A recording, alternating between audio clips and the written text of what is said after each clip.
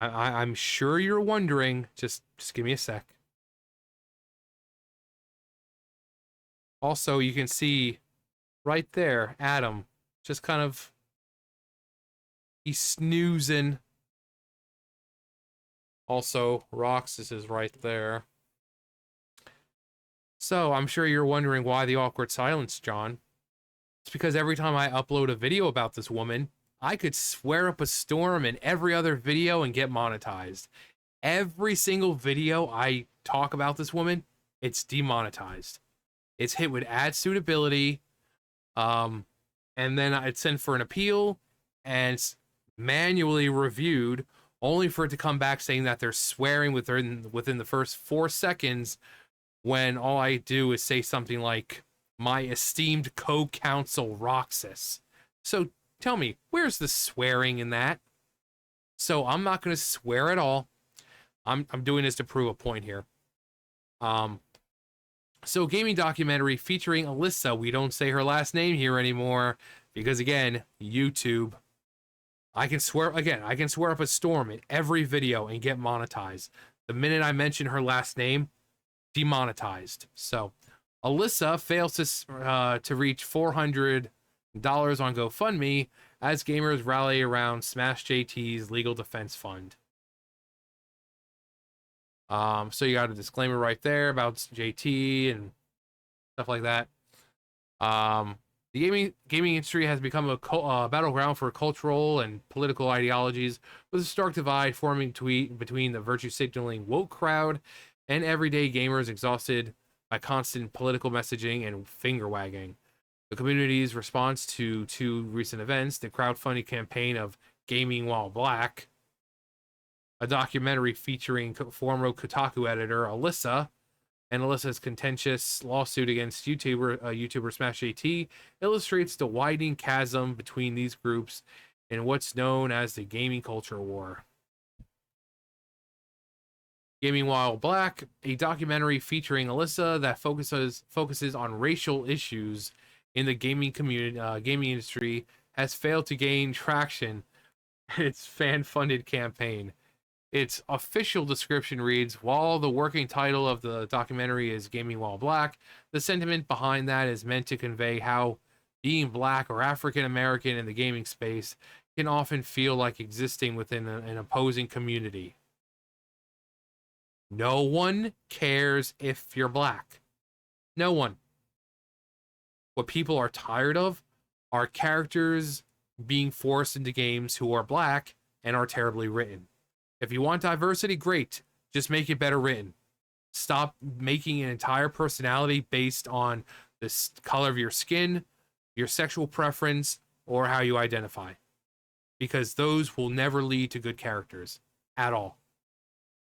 Also, there are plenty of black gamers. There are, but they never get acknowledged. Instead, every trouble and woe that these companies go through, it's always blamed on the white gamer. Even though, there are plenty of black gamers out there saying, hey, can you stop pandering? And they just get ignored. They get ignored, get called racial slurs, and that's all. So these people are they're so insistent on blaming white men, when obviously the gaming industry, or gaming community rather, it's not like that. It's very diverse, but yet it's only focused on the white people. These people are essentially just perpetually just victims. They just want to pretend to be victims. They're not. There are plenty of black people in the community, but these people just ignore them because they don't think the same.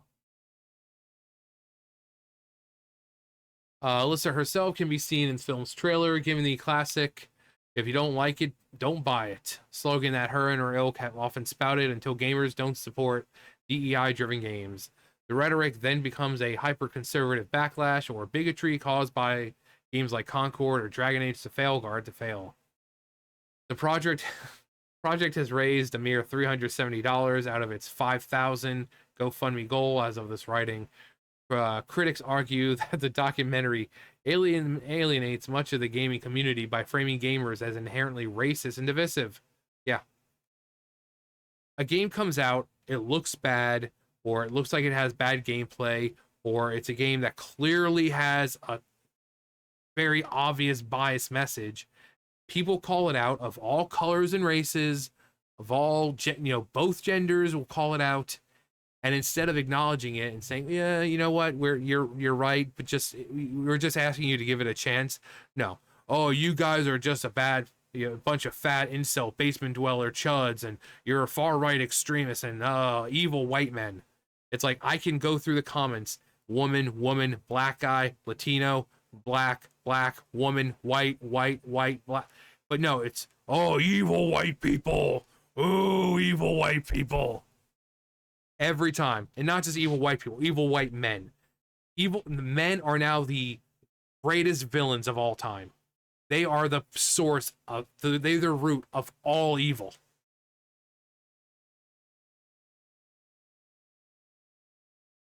The race is divisive. The narrative has worn thin for many middle-of-the-road gamers who feel exhausted by being repeatedly labeled and lectured by industry elites.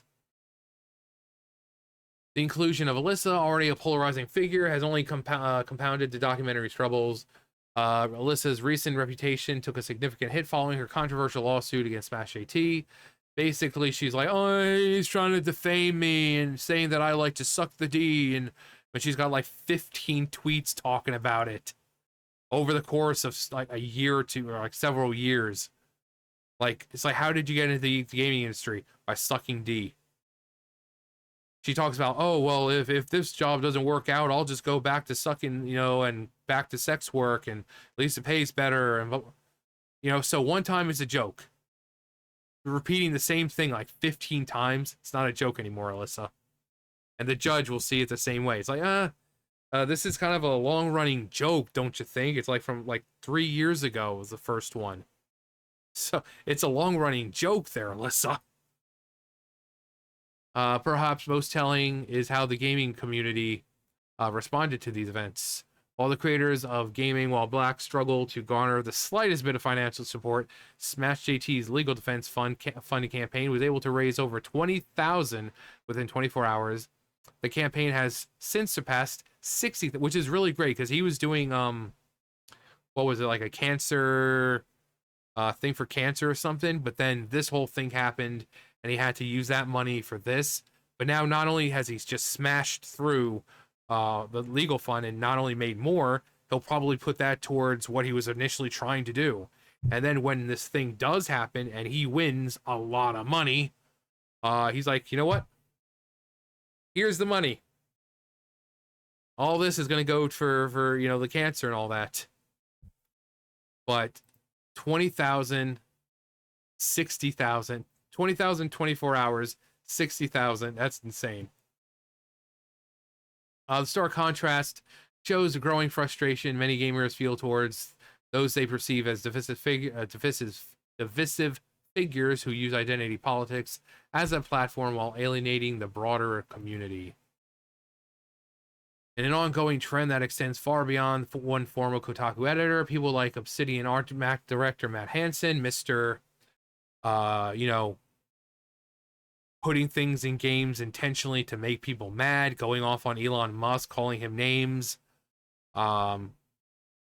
practicing an illegal hiring practices by discriminating against white people and saying that black people always take priority.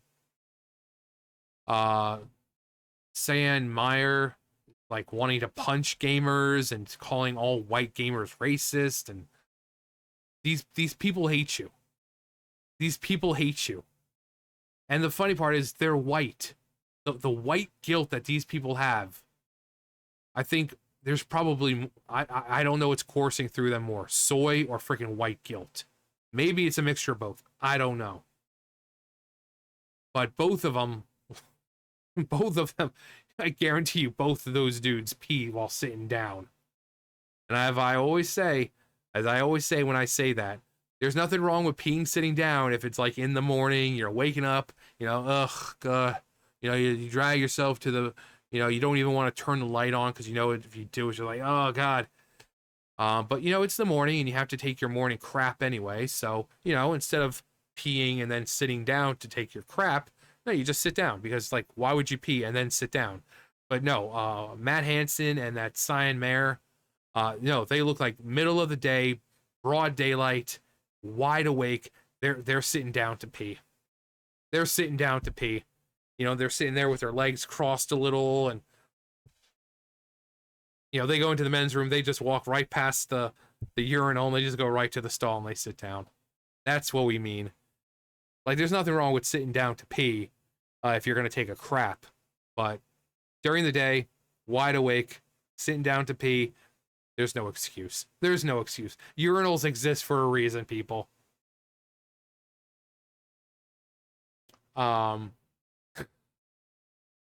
no, this one doesn't have any toilet paper in it. Excuse me, good sir next to me. Could you please pass me some toilet paper? Well, if you just used a urinal like a real man, this wouldn't be an issue now, would it?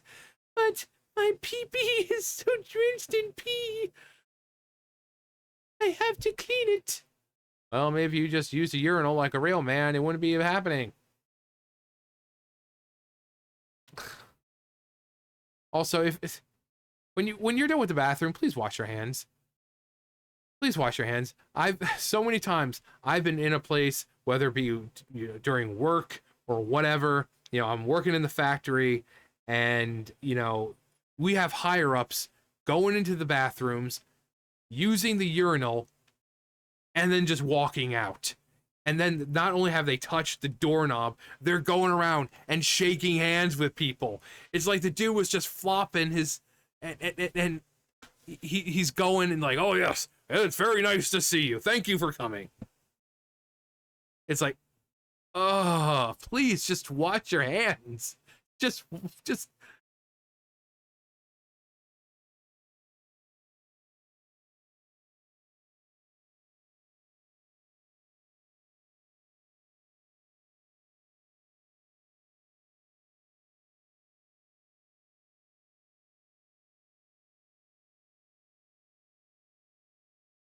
Okay, good. Just no better than going into a bathroom and having like crap all over the. Like, how does that even happen? How does that even happen? Going into a bathroom, and it's mostly it was always in the women's rooms. Always in the women's room. You go into the last stall, and there's crap. Not only all over the toilet, like literal, like someone just all over, but it's on the walls. Like, how does that happen? How does that happen? Sorry, off topic, I know, but these are things that need to be talked about. These are important things that need to be talked about. I'm sorry, I probably brought us some bad memories. It's like, oh my god, John, yeah. I used to work at like retail and this and that, and I went in one time. So if that's the case, tell me your horror story. Tell me your horror story of walking it. I have so many. I have so many going in and all over the walls, like smeared, like fingers of so bad. Instead, the failure, the specialty. This case has become a rallying cry for gamers tired of being labeled as racist or sexist simply for voicing dissent against industry trends they find disagreeable. Yeah, whether it's criticism, you know, valid criticism or whatever, these companies just come out, oh, if you don't like it, don't buy it. You're all just a bunch of incel basement dwelling chuds and, you know, phobes. Isn't, I mean, is that your excuse for everything? Every time we say something, it's valid criticism, and you still call us incels and chuds. Just so, do you even know the meaning of these words, or are you just like a child who's picked up a new word and you're just trying to use it as much as possible? Because that's what it seems like. Because everyone they disagree with is an incel. They're a chud. They're a basement dweller. They're this. They're that.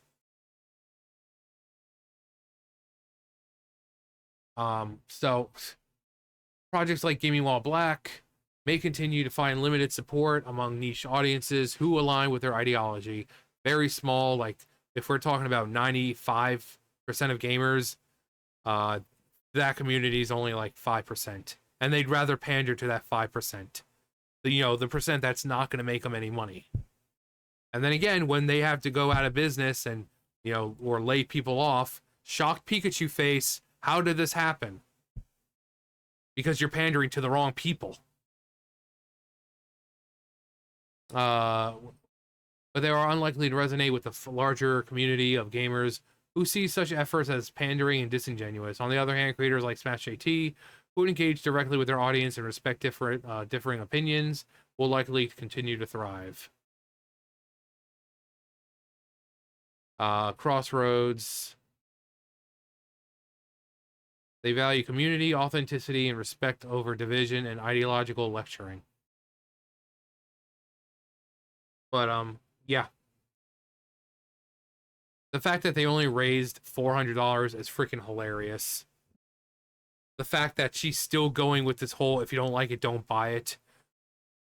Just keep attacking the gamers. Look at 2024. How many games failed? With Concord, Firewalk Studios, and the other ones were basically out of business.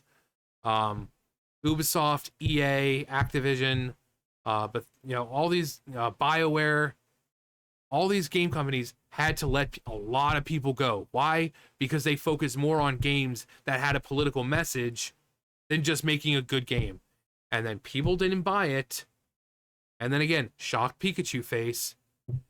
During the process, they're coming out and say, oh, well, don't buy it then. It's not for you. You're just a bunch of phobes, this and isms. That's not only driving away the community, your established community, but then it's people are looking at it like, okay, well, I was going to buy it, but I'm not going to buy it after now how I see they treat their customers, how they treat their player base.